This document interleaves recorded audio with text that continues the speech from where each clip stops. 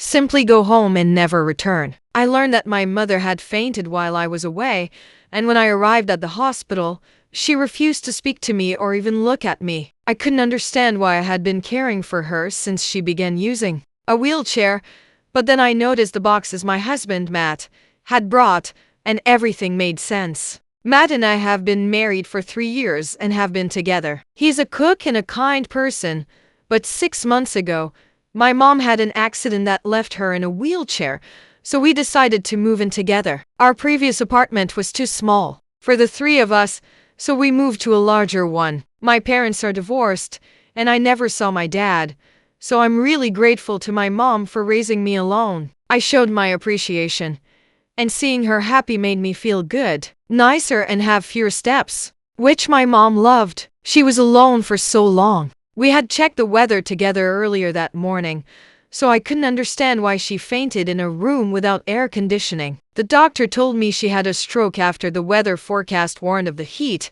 and she was taken to the hospital. Perhaps she couldn't reach the air conditioning remote control, but couldn't recall where I put it after using it for her before bed. Perhaps I was to blame. Fortunately, she woke up, but when I asked if she couldn't find the remote, she shook her head, which gave me relief. However, I wondered why she didn't turn on the air conditioner. Why, Mom? She just stared out the window, and why she wouldn't talk to me. I implored, just go home, but she remained silent and refused to look at or speak to me. Making eye contact was something my mother had taught me since I was a young child, and even as a rebellious teenager who said terrible things, she always made sure to look me in the eye. This was the first time she acted very aloof, and I didn't even get to say goodbye before I left the hospital. It was really hot outside, and I wondered why she hadn't turned on the air conditioner. Fortunately, my mom was able to call the ambulance before she passed out, but I couldn't stop wondering what happened. Since she became wheelchair-bound, I have had to return to the hospital with her clothes. If Matt and I hadn't been home during the day and returned to find her unconscious, it would have been appropriate to call the ambulance, but I couldn't accept that I hadn't been informed, and other things, but I was worried that if I saw her face again, I would vent my annoyance on her. When I opened the door to our apartment, cold air hit me. You're already back? Yes. I know that your mom fainted, so I left work early. Matt is a wonderful husband. Even before we were married, he suggested that we divide up the housework since we both work at things he enjoys. Since my mom moved in with us, I've needed to help her more, so I really appreciated Matt's support. He cooks so much that he makes curry from scratch almost every day. I felt bad because I work long hours and left early and returned later than he did, but he always helped with cleaning and laundry without complaining. When he inquired about my mother's condition after I informed him that she needed to be admitted to the hospital, he simply said, I see. What are those boxes? Since I hadn't heard anything about items arriving today, I had been curious about the boxes next to Matt and assumed they were deliveries. I looked at one box with its lid open in front of Matt, and when I peered inside, I noticed something familiar: my mom's clothes. Even though I was confused, Matt didn't seem surprised at all. These boxes were folded and kept under the bed, so I just put them together. Wait, you put them together so they're not deliveries? Things went this way, so even if she leaves the hospital, we should put her in a care facility. He gave me a brochure that had been left on the couch. She must have been stressed out living with us. It's unfortunate that her stress accumulated until this point. Now, everything in my life revolves around her, and I'm beginning to. Before we moved in with her, I looked forward to cooking for you every day and planning meals for the following day, and I was happy when you dried my hair after my bath. However, now that you're not just her caretaker, you don't pay attention to me. She'll understand if it's for her benefit to wonder why I married you. This situation could relieve everyone's stress. The contentment of her daughter. Some of Matt's remarks disturbed me, but when he said that living with him had been stressful for her, it oddly made sense. I didn't want to believe it, but I subtly pointed out that my mom fainted from heat stroke, not stress, and Matt immediately said that she must have been so stressed that she nearly passed away from heat stroke. I began to think that perhaps he was correct. I had been content living with my mother, but I was unaware that she was under stress and that Matt had been feeling lonely. I didn't understand anything, and when I brought things for her back to the hospital, my mother refused to look at me. "I'm sorry, Mom. You must have found our life together to be stressful. You didn't switch on the air conditioner for that reason." My mother listened to my apologies in silence, but then I noticed that she was shaking. I hurried to her and saw that tears were streaming from her eyes. "What was wrong, Mom?" My mother brought up Matt's name and said something I couldn't believe. It turns out that Matt had been disparaging her behind my back, calling her a bad mother who was destroying my happiness. He had made my mom use a wheelchair to perform household chores, saying things like, "You're not totally immobile, and you're living in my house. Don't you believe you ought to assist with the housework?" He also warned her not to use power during the day, not to watch TV, and especially not to use the air conditioner. He even reminded her of the difficulties she had raising me as a single mother and threatened to divorce me if she told him anything. I never once thought my mom caused me any problems because my dad wasn't around. "I'm sorry I didn't realize this sooner." We both cried and apologized to each other. I asked her how she would feel if he divorced me because she couldn't speak up to protect my marriage. When I stormed into the room, prepared to confront him, I discovered that he was busy moving more boxes. There were even more boxes than before. Were they all my mom's belongings? What the hell is going on? I yelled and banged on one of the boxes to vent my annoyance, but Matt appeared composed. "I brought them from my parents' house," he said, calmly replied.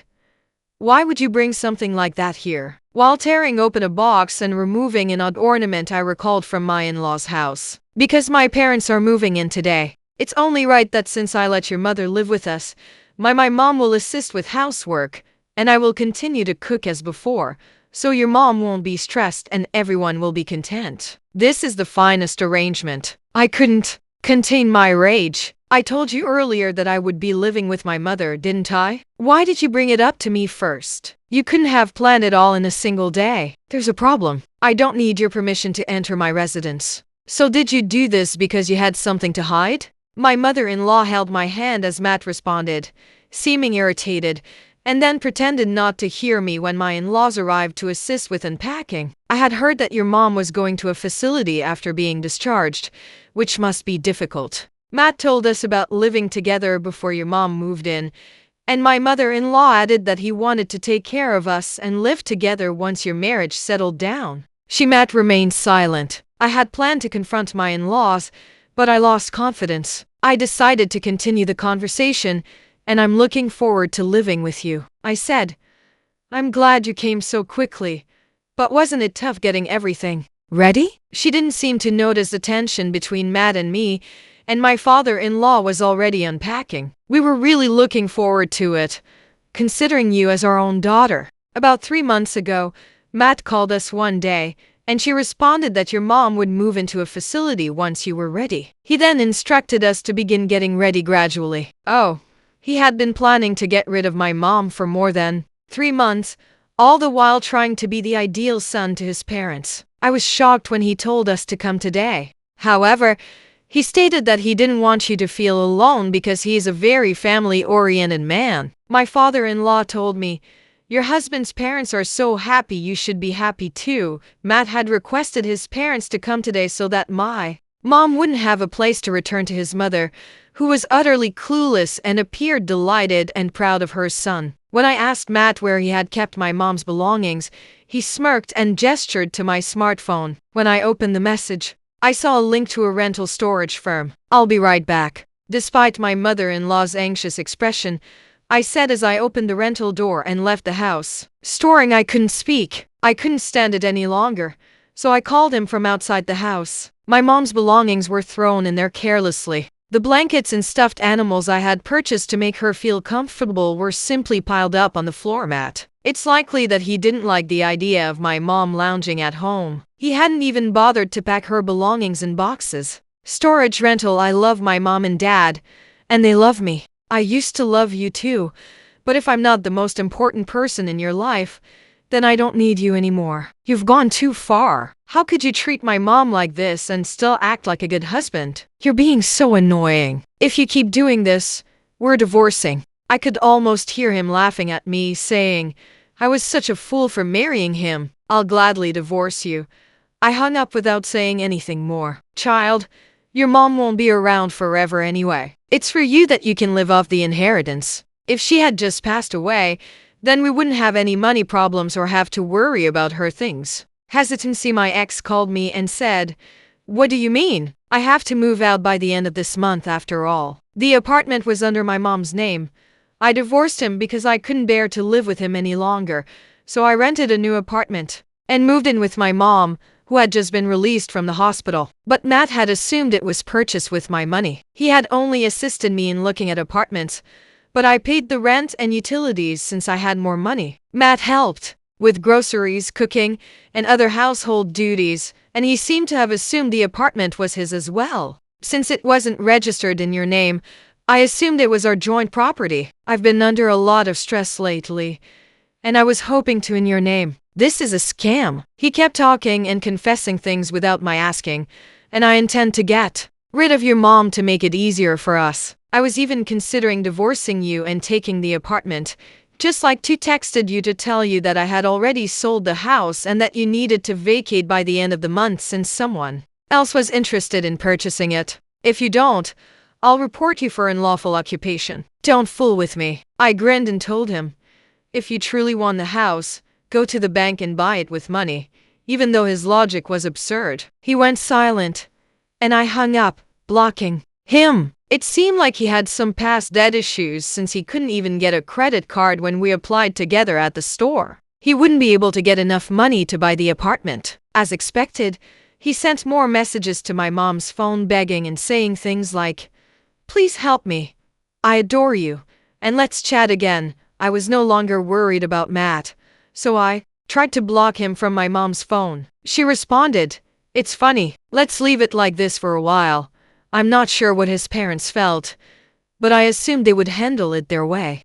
I've been drinking beer and laughing at his messages for the past few days, but I feel bad that my wheelchair led to your divorce, Matt. His parents were nice to me before this, so stop it, Mom. You're the victim here. You were only enamored with his childish ego. Don't feel bad at all. In fact, I'm glad I didn't know about his true character. I can't fathom having to put up with his outbursts for years while trying to raise children. I would have been psychologically and physically worn out.